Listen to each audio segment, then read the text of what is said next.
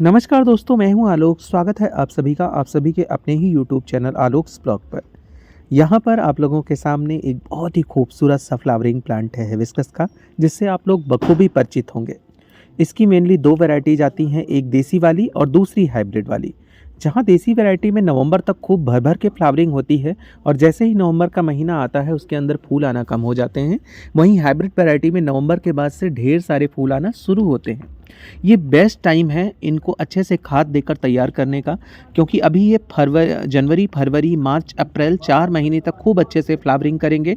और अप्रैल के बाद जैसे ही मई का महीना आएगा, गर्मियाँ तेज होगी, फिर इक्का दुक्का इनके अंदर फ्लावर्स आएंगे या फिर फ्लावर्स आना बहुत ही कम हो जाएंगे।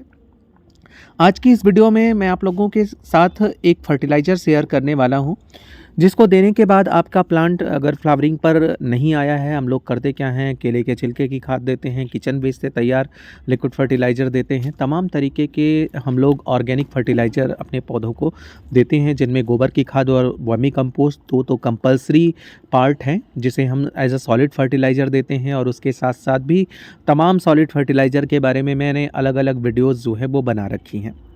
मूलभूत जो इनकी आवश्यकता होती है वो एनपीके की होती है, मतलब नाइट्रोजन, फास्फोरस और पोटेशियम की।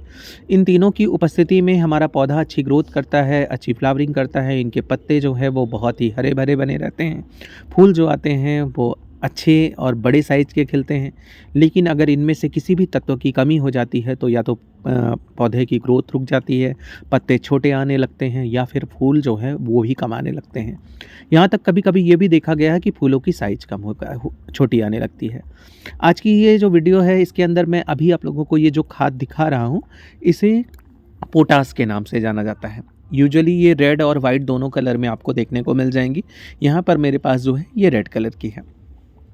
ये एक केमिकल फर्टिलाइज़र है, ये ऑर्गेनिक नहीं है। लेकिन जब हम तमाम तरीके के ऑर्गेनिक फर्टिलाइज़र देकर थक जाते हैं और हमारा पौधा फ्लावरिंग पर नहीं आता है, तब हमें पोटेशियम का ये रूप भी पौधे को दे देना चाहिए। बार बार नहीं इस्तेमाल करना चाहिए। आप जैसे मंथ में एक आध बार ये केमिकल फॉर्म दे दीजिए, बाकी ऑर्गेनिक फॉर्म आप हर 15 दिन के अंतराल पर दे सकते हैं। जैसे केले के छिलके का लिक्विड फर्टिलाइज़र, जिसके अंदर पोटेशियम के साथ साथ फास्फोरस, नाइट्रोजन, माइक्रो और मैक्रो तमाम तरीके के न्यूट्रिएंट्स पौधे को मिल जाते हैं। लेकिन अगर पौधा उसको देने के बाद भी फ्लावरिंग पर नहीं आ रहा है तो आप ये दे सकते हैं। अच्छा, होता क्या है कि ये जो केमिकल फॉर्म होती है, ये बहुत ज़्यादा देने पर ये मिट्टी को ख़राब कर सकता है। इस वजह से जब भी इसको दीजिए, लिक्विड फॉर्म में दीजिए, जैसे इंस्टेंटली पौधा जो है उसको ले ले अपने जड़ों के थ्रू, और मिट्टी के ऊपर बहुत दिनों तक मिट्टी के अंदर ये पड़ा ना रहे। इसको देने के लिए मैं एक और इसके कंपेनियन का भी इस्तेमाल करने वाला हूँ। यहाँ पर मेरे पास एक पौधा है जिसमें फूल तो आ रहे थे, लेकिन इसकी पत्तियाँ छोटी हो रही थी, साथ ही साथ इसके फूलों की साइज़ भी छोटी हो गई थी। तो आज मैंने इसको रिपोर्ट कर दिया। मैंने देखा ये रूट बाउंड हो गया था कम्प्लीटली, और रूट बाउंड होने के बाद रिपोर्टिंग जो है वो कंपल्सरी हो जाती है। तो इस वजह से मैंने इसको रिपोर्ट कर दिया। तो बात हो रही थी पोटास की। पोटास पानी में बहुत इजी सॉल्यूबल हुई होता है, आसानी से पानी के अंदर घुल जाता है। 5 मिनट जैसे मैंने घोल कर देखिए, 5 मिनट के लिए उसको छोड़ दिया है।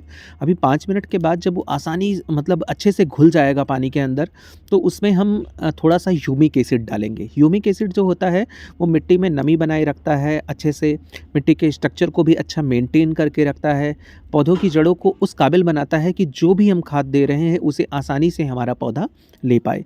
इन सारी चीज़ों के लिए हमें ह्यूमिक एसिड अपने पौधे को ज़रूर दे देना चाहिए।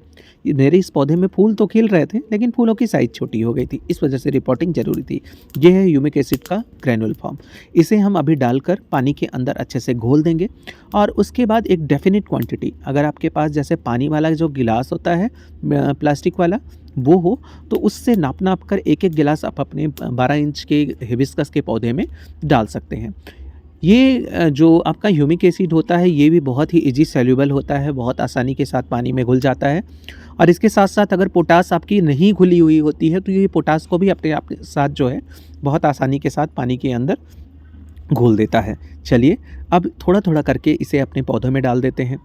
अगर आपने सभी तरीके के ऑर्गेनिक तरीके जो है वो अब आज़मा लिए हैं और उसके बाद भी आपका पौधा फ्लावरिंग पर नहीं आया है, तो आप इसको भी जो है आज़मा सकते हैं। ह्यूमिक एसिड प पौधों के अंदर ग्रीनरी लाने का भी काम करता है। इसमें जो ह्यूमिक एसिड मैं इस्तेमाल कर रहा हूँ, इसमें सीवीड की भी थोड़ी-सी मात्रा मिक्स है। इसके अलावा इसके अंदर एमिनो एसिड भी इसमें मिला हुआ है। अगर आपके पौधों के पत्ते पीले आ रहे हैं, कलियाँ छोटी आ रही हैं, कलियाँ बिना खिले गिर जा रही हैं, ये सारी समस्या हैं, तब भी आप जो है इन दोनों खादों का इस्तेमाल कर सकते हैं। मैंने आज अपने पौधों को दिया तो सोचा आप लोगों के साथ भी शेयर कर देते हैं ये वीडियो। कैसी लगी आपको मेरी वीडियो कमेंट सेक्शन में बताइएगा। तब तक के लिए bye bye and take care.